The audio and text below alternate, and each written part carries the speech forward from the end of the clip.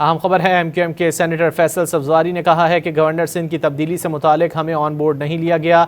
निहाल हाशमी हमारे लिए बहुत मोतबर हैं, लेकिन उनके नाम पर एतमाद में नहीं लिया गया।